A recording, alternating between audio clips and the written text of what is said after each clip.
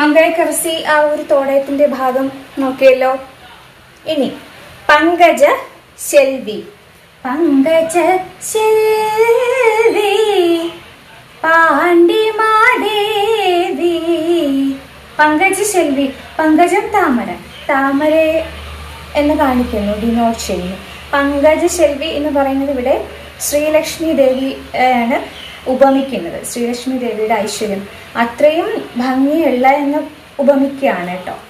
അപ്പോൾ നമുക്കത് ആദ്യം ചെയ്യാം. അപ്പോൾ നമ്മൾ ഇത്രയും ചെയ്തു, ഇവിടെ ഇങ്ങനെ നിൽക്കുമല്ലോ.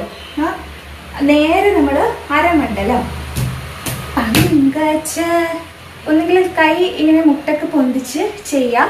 അത് നിങ്ങൾക്ക് അങ്ങനെ ബുദ്ധിമുട്ടാണെങ്കിൽ ജസ്റ്റ് ഇങ്ങനെ ചെയ്താലും മതി. പങ്കജ അങ്ങനെ ചെയ്താലും മതി കേട്ടോ, മുഖം മറക്കില്ല, ഇങ്ങനെ ചെയ്യണം. അപ്പോൾ പങ്കജ